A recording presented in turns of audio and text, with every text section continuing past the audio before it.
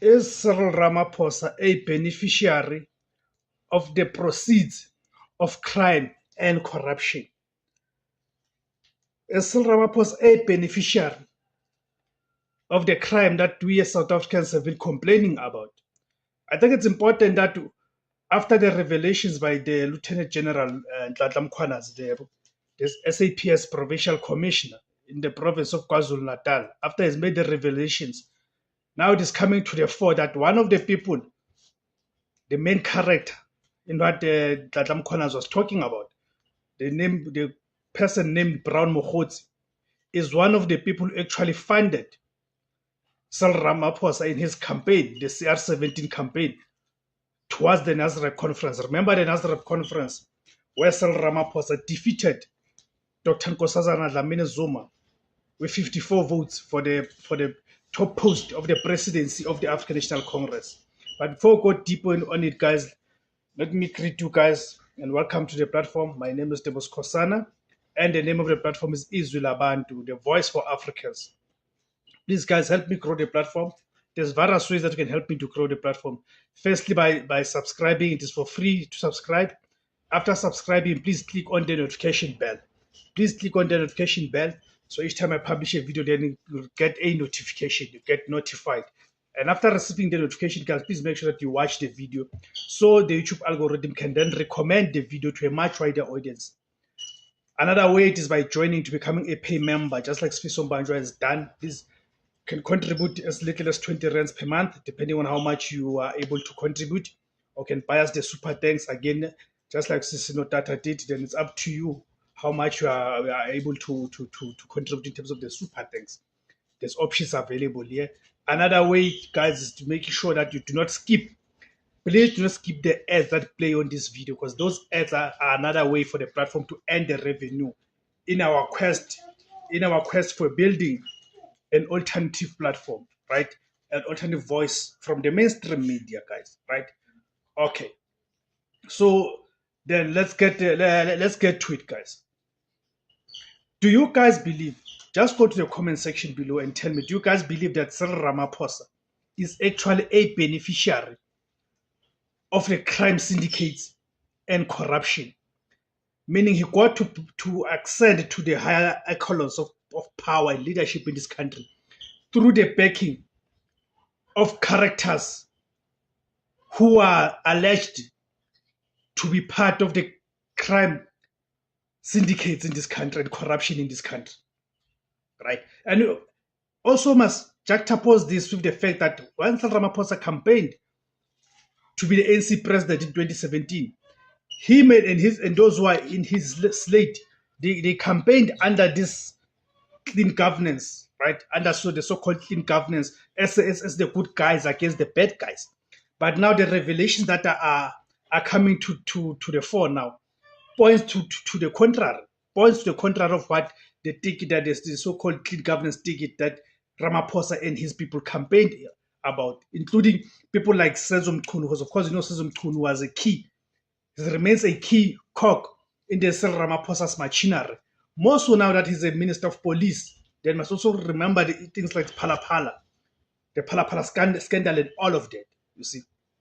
So this is it's a rapidly unfolding and highly sensitive situation right now in South Africa, right?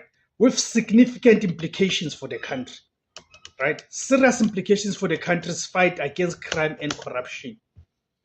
And the allegations, right, primarily involved Police Minister Senzo Mchunu, right, with connections to Brown Mokhotsi and Vusket Matlala, right? And the President Cyril Ramaphosa's role is currently one of responding to and addressing the serious allegations, right? So now the emerging report that actually one of the people, and again, it also goes to explain that why the CR17 statements have been sealed, because they knew very well that these are the things that are going to come to the fore.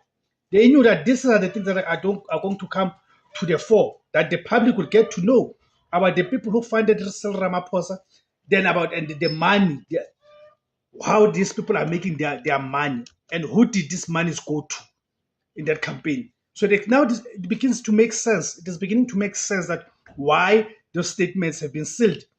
as an instruction of the courts in this country, right? As instruction of the courts in this country. You see. So then let's look at the key players and their reported relationships, right? Start with Senzo Mchunu, the police minister, right?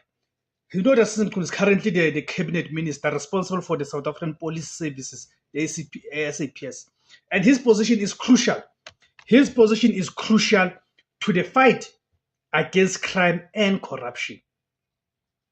So he's alleged, in terms of the alleged relationship, with Brown Mokgotsi, right? As I've said, that the KwaZulu-Natal Police Commissioner, Lieutenant General Nhlanhla Mkhwanazi, publicly accused Mchunu of having a relationship with Brown Mokgotsi. And must remember that Mchunu had initially denied. Do you guys still remember that in Parliament, Mchunu had initially denied having any relationship or knowing Mokgotsi.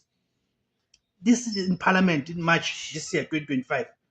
But later, in a public statement on July 9, right, 2025, which was on Wednesday, he then admitted to knowing him just as a comrade, but denied any associate or transactional relationship.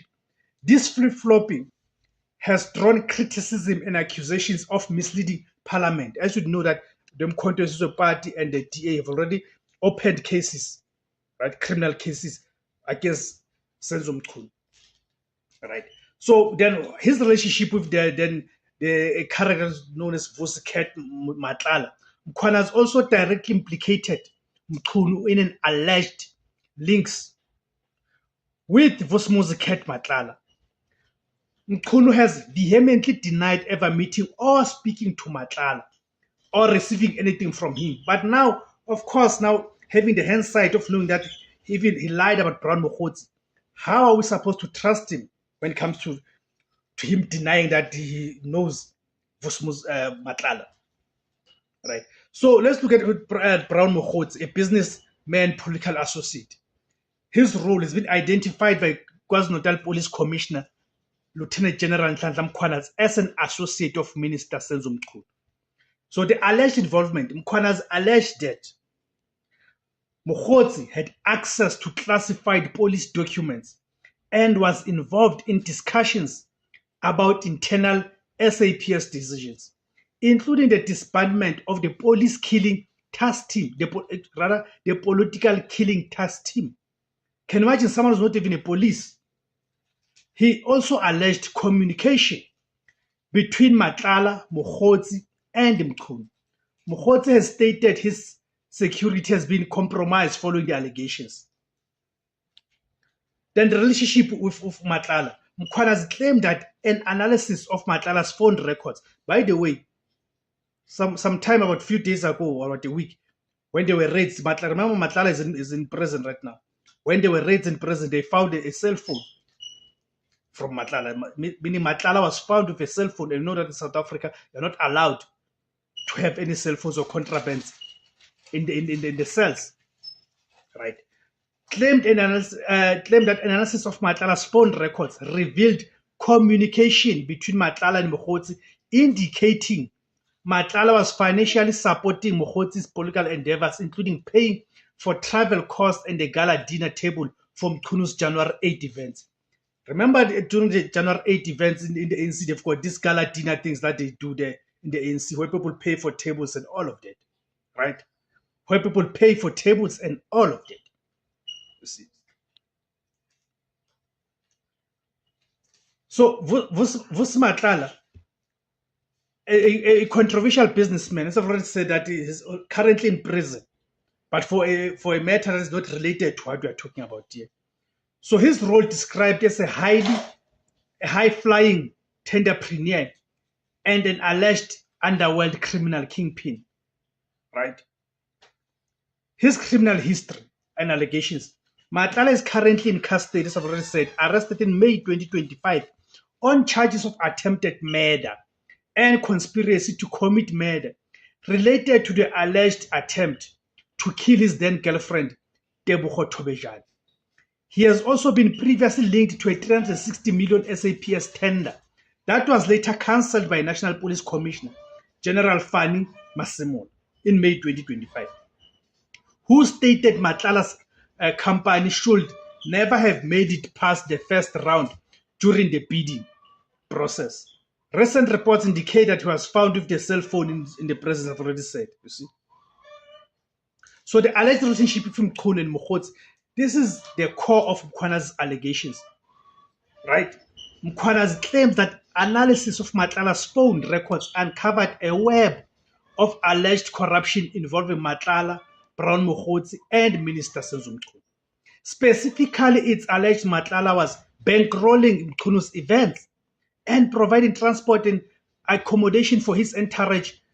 Mkhunu denies these direct links. And by the way, it has emerged that the former police minister, Bheki Cele, at some point lived in Matlala's mansion. You see.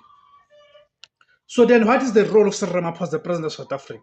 The head of state and government, ultimately responsible for the integrity of his cabinet and the country's institutions, right? So as much as Ramaphosa has acknowledged the seriousness of the allegations, calling it a matter of grave national security concern, he has called for calm and stated that those involved in acts of corruption must face the consequences, right? But the challenge becomes one that these people who are here, these are the people who are reported to be funded even his campaign. People are reported to be bankrolling someone like Senzo Mchunu, because we know Senzo Mchunu is very key to Cyril Ramaphosa's ascendance to power, especially in terms of KwaZulu-Natal. If you remember in the conference in 2017, the NC conference, Senzo Mchunu was on the same slate with Cyril Ramaphosa, where Ramaphosa was contesting as the president. We know that he eventually won the race. Senzo Mchunu was contesting as the Secretary General in that slate, where he lost to Ace Magashule by 24 votes. You see. So now you ask yourself the question: how is Cyril Ramaphosa going to be dealing with this matter? Because it involves people who are close to him, people who are his protectors, people who have protected him previously. So could it not be a case that this time is going to be his turn to protect the very same people, right? So how their relationship is harming South Africa's fight against crime and corruption? I mean, the allegations, regardless of their eventual legal outcome, are severely damaging in terms of public participation and what we as the people we know on the ground. They're very damaging to South Africa's efforts against crime and corruption in several critical ways. Number one is the erosion of public trust in law enforcement. The fact that at the top, the highest, the police minister is implicated. The head of the ministry responsible for fighting crime is accused of links to alleged criminal syndicates and tender irregularities. You see? This directly undermines public confidence in the police and justice system. If the public believes the police minister is compromised, their willingness to cooperate with law enforcement, report crimes, and trust in the system's integrity plummets. And you cannot blame the people for that.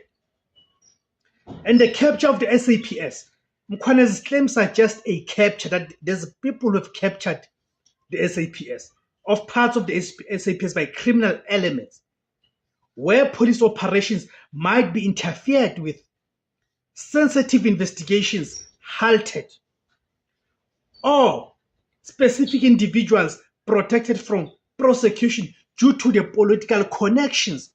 This is a severe threat to the operational independence and effectiveness of the police and the country as a whole, because you've got the police and the politicians who are dictated to, or who are answerable to criminal networks and criminal syndicates.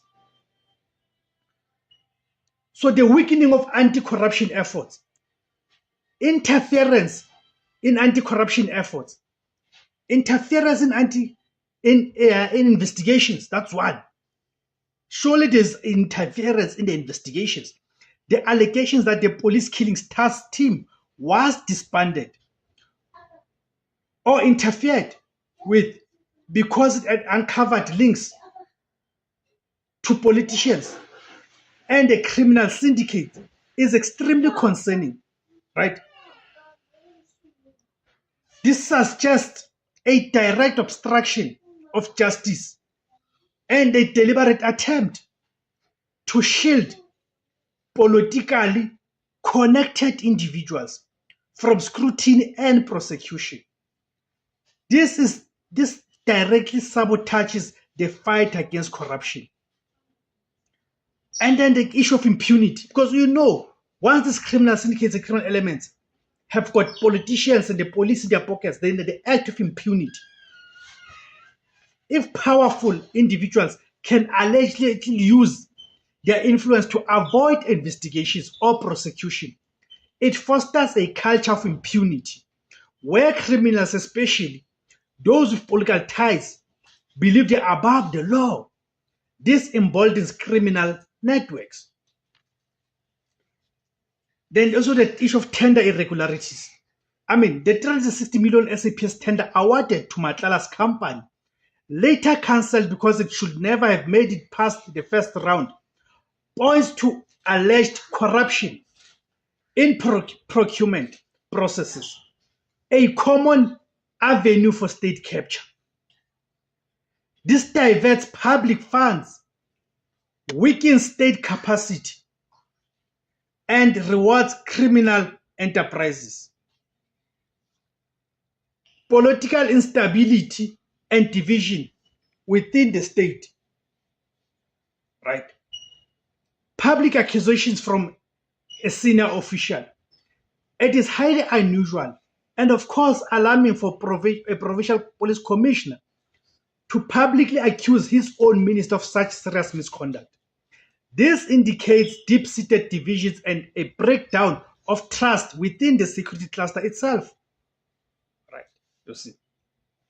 So this has caused a serious damage to South Africa's international reputation as well, because now we are being viewed as some sort of a mafia state as a country. That's my take. I'm not sure what is your take, guys. Thank you for tuning in. Remember to subscribe, like, share, and comment. Also remember, guys, to join to become a paying member to the platform.